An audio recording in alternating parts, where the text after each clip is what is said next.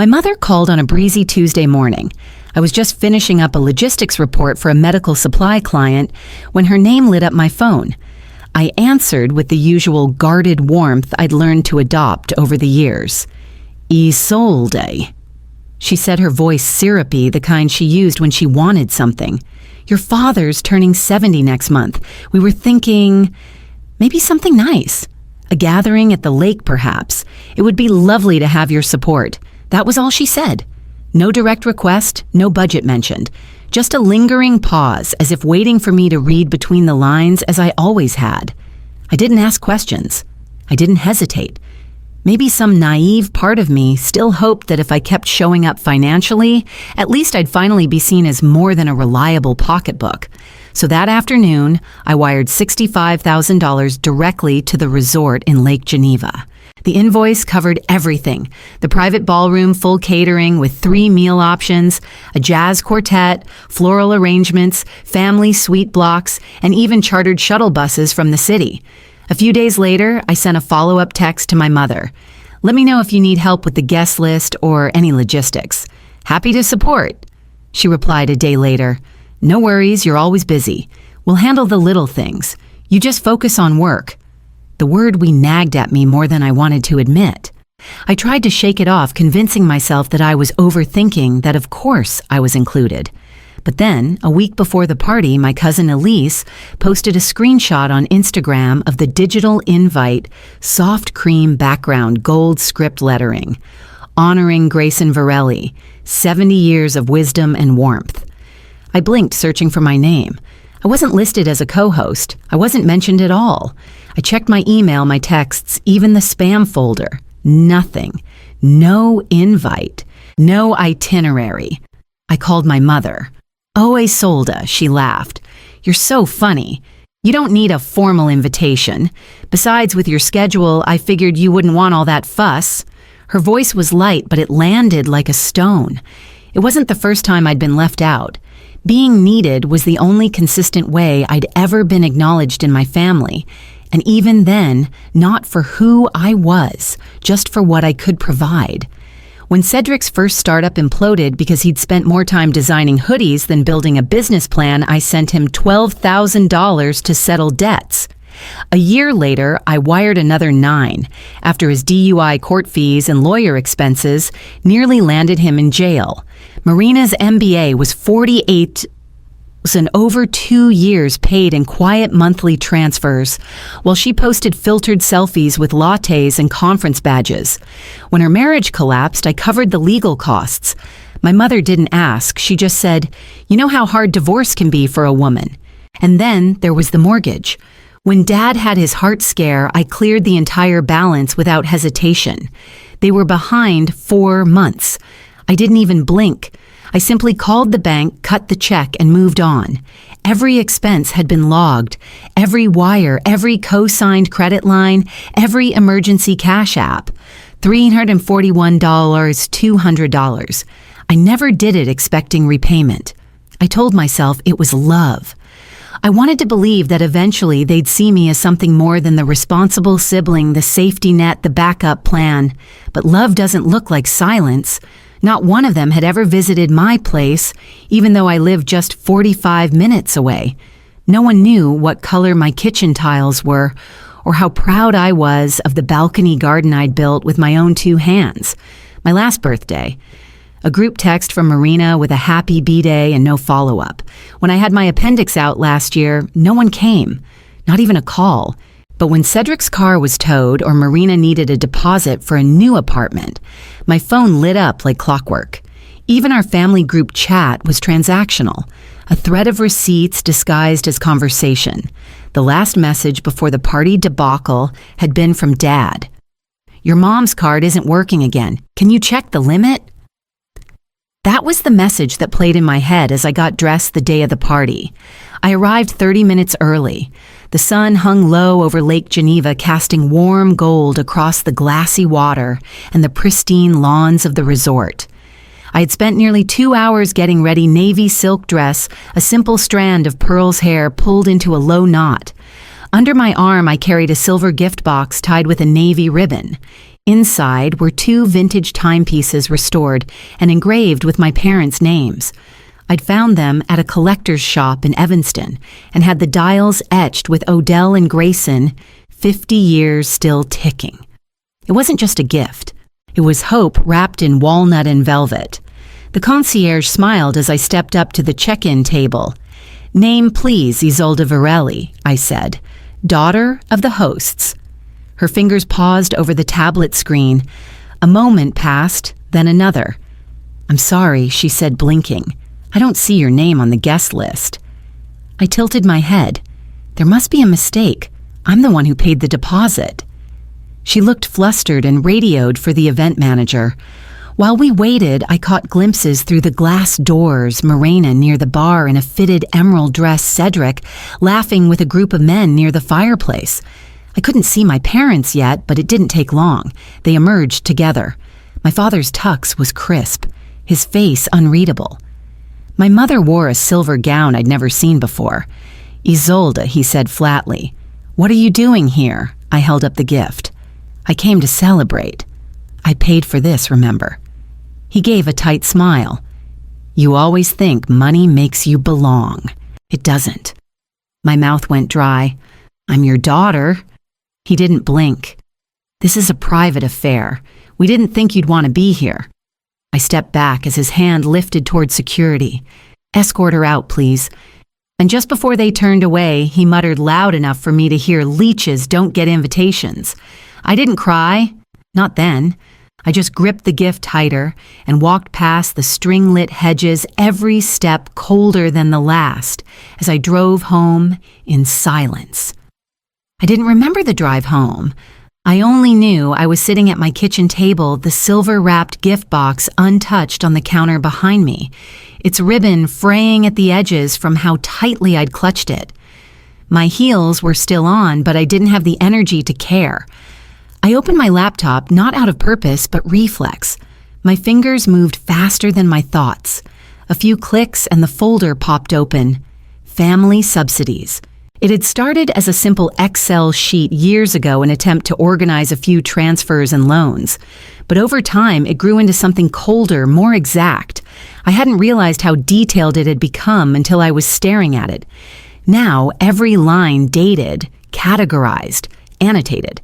Cedric, car payment and insurance adjustment, $14,800 Marina, MBA tuition and textbooks, $48,000 dad, full dental surgery and sedation coverage, $6,100 Marina, divorce lawyer retainer $7,500 resort party reservation, $65,000 mom, roof repair for family home, $12,900 Cedric, DUI legal fees and fine $9,000 Marina's daughter, ballet camp and uniforms, $3,200 group vacations, wedding gifts, overdraft protection. Another $27,000. The numbers kept going.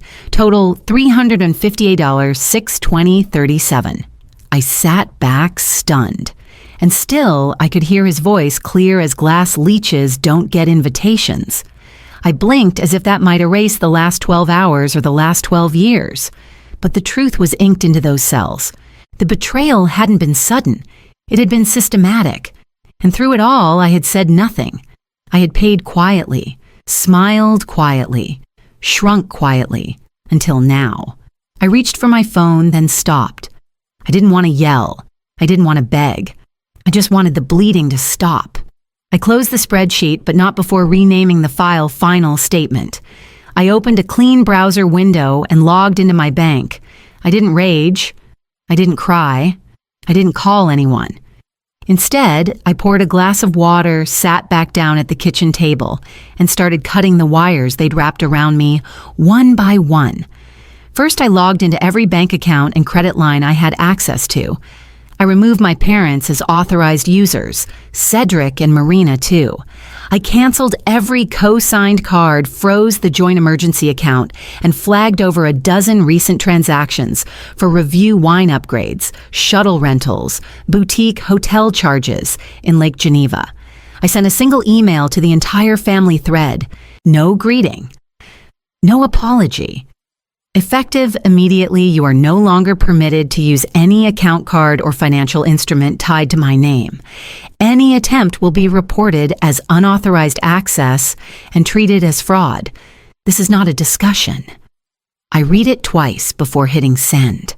The silence afterward felt heavier than I expected, but not unwelcome.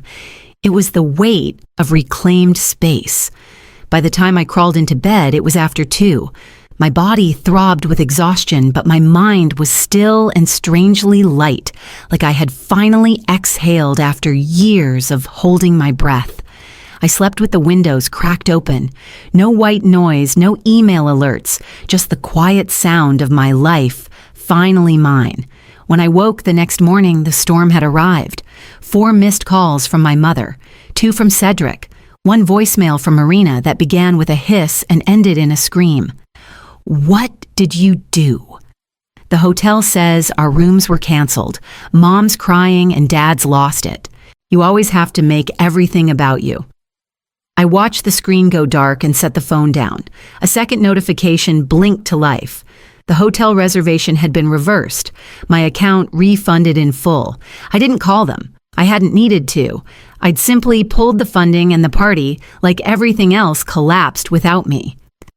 I turned on the kettle and waited for the next knock. The knock came just after sunset, sharp and unrelenting.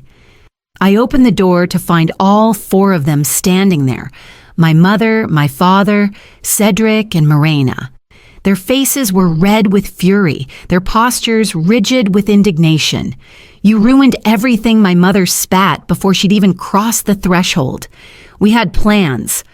Cedric snapped, brushing past me without waiting for permission. Marina stood in the doorway, arms folded, eyes already wet with performative rage.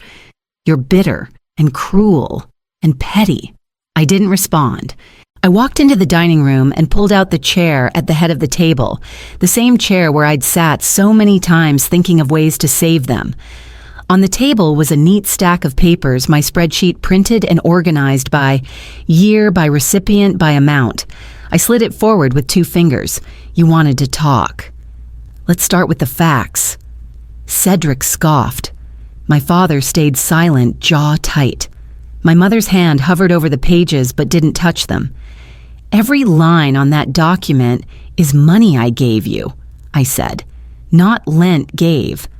Without strings, without contracts. Because I thought that's what love looked like. But this wasn't generosity. It was theft. Normalized because I kept quiet. Grayson finally spoke. We're family. This is what family does. I nodded slowly. Is it? Then name one thing, just one, that any of you have done for me in the last 15 years that didn't involve my credit card? Silence. My mother looked away. Marina blinked. Cedric's mouth opened then shut again. This wasn't about money. I continued, my voice steady. It was about being seen. And now that I've stopped paying, I finally see it too. I stood not to threaten, but to end it. You didn't just spend my money, you spent my trust, and it's maxed out. No one followed as I walked to the front door and opened it. Cedric was the first to lose his temper. He shoved the spreadsheet off the table, pages fluttering to the floor like confetti from a party that never should have happened. This is insane, he barked. You're acting like some victim. You were always fine. You never needed anything. Marina's voice cracked. You're tearing this family apart over a spreadsheet. My mother's eyes brimmed with tears. She stepped forward, voice trembling. We didn't mean harm, Isolde. You're just different. You've always been different. I looked at her, really looked, and realized she wasn't crying for me. She was crying because the system had cracked. Her system. I rose slowly and walked to the door. No, I said. You didn't mean harm. You meant convenience. I was convenient, quiet, reliable, easy to ignore until the bills were due. Grayson's mouth tightened. You'll regret this. I turned the knob and looked him in the eye. No, I regret thinking I ever mattered to you more than your comfort. They hesitated for a beat as if unsure whether to fight harder or flee. I gave them the answer. You can go now. They stepped through one by one, more stunned than angry now. When the last foot crossed the threshold, I closed the door and turned the lock. It clicked softly, but in my chest, it rang like thunder. The silence afterward felt strangely alive. I didn't cry. I didn't rage or collapse. I made tea. Jasmine. Sat on the couch, let the quiet settle around me like a blanket I'd forgotten I owned. I didn't reach for my phone. I didn't scroll or check messages. I just sat and breathed. For the first time in longer than I could remember, I fell asleep with a calm mind and no one's weight pressing against my chest. And when I woke the next morning, the letter was waiting in the mail. It came a week later, tucked among bills and flyers in an envelope the color of cream and the weight of something deliberate. The return address caught my eye immediately. Albright and Crane attorneys at Law Milwaukee WI. I stared at it for a long moment before slicing it open with the edge of a butter knife. Inside was a letterhead and a folded document, a trust disclosure, my name at the top. My grandmother, Altha Varelli. My mother's mother had passed 6 years ago. She'd always been quiet, sharp-eyed, the kind of woman who didn't say much unless it mattered. I hadn't known she'd left anything behind. According to the letter, she had established a conditional inheritance, 220 Thansuanap, held in trust, until the day I had proven the ability to live independently free from undue burden coercion or family obligation. The attorney explained that the release was triggered after a recent legal flag tied to the email I had sent, revoking all financial ties to my family. Tucked behind the formal documents was a second envelope yellowed slightly with age, handwritten in her familiar slanted script. My dearest Isolde, I always knew you carried more than your share. I saw it when you were young, how your shoulders bore the weight of everyone else's storms. I couldn't say it out loud. I didn't want to cause more pain, but I saw it. This money was never meant for them. It's for you. For the version of you that finally said no. For your rebirth. I believe in the life you'll build with it. With all the quiet love I had to keep hidden. Grandma Altha, I didn't cry. I smiled. The kind that starts deep in the ribs before it reaches the face. The kind that feels like sunrise after a long, cold season. For the first time, I had something that was mine, entirely mine, and I knew exactly where to begin. I didn't rush to spend the money. I sat with it, thought about what it meant to receive something not as a repayment, not as a duty, but as a gift born of love and trust. And then I knew.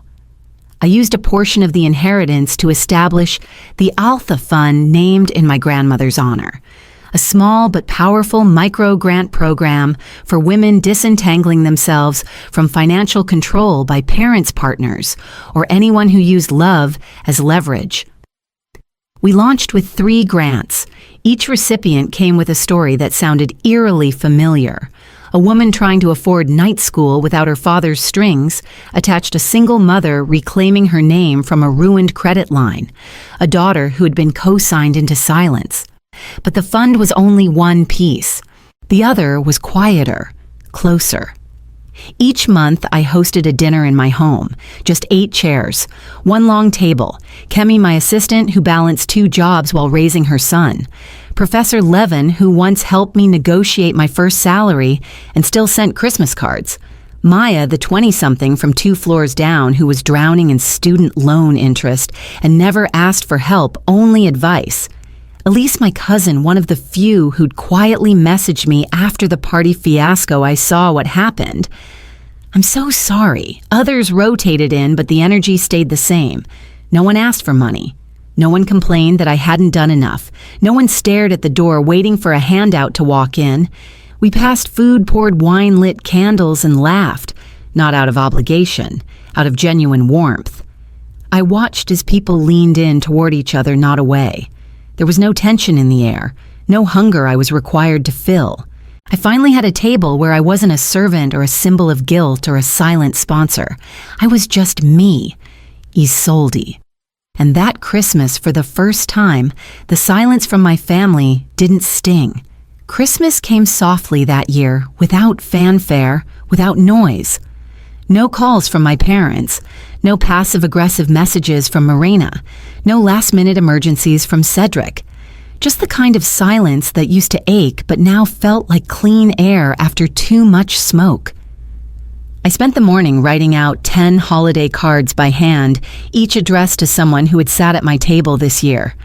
I tucked a gingerbread cookie inside each one, still warm from the oven, their edges slightly cracked the way I liked them. I wasn't sending gifts out of guilt. I was sending gratitude. Later that afternoon, I took a walk along the lake. The path was lined with bare trees strung in soft white lights. Snow crunched under my boots, and I let the cold settle on my skin without flinching. I passed a house where a family was gathered inside, laughter trailing out through the window panes and the distant sound of Nat King Cole filling the street. I didn't feel envy. I didn't feel left out.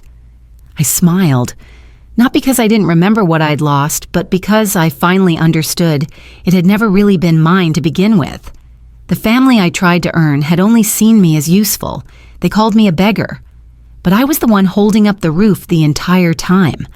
All I ever wanted was to be seen, to be chosen, without conditions, without calculations. And now I had that not from them, but from those who never asked for anything but my presence. At home, I lit a candle on the windowsill and curled into my favorite chair with a blanket and a cup of tea. The kind of peace that once felt like a fantasy had become something simpler, something earned. I'm not the daughter they remember. I'm the woman they never saw. And I don't beg. I rebuild.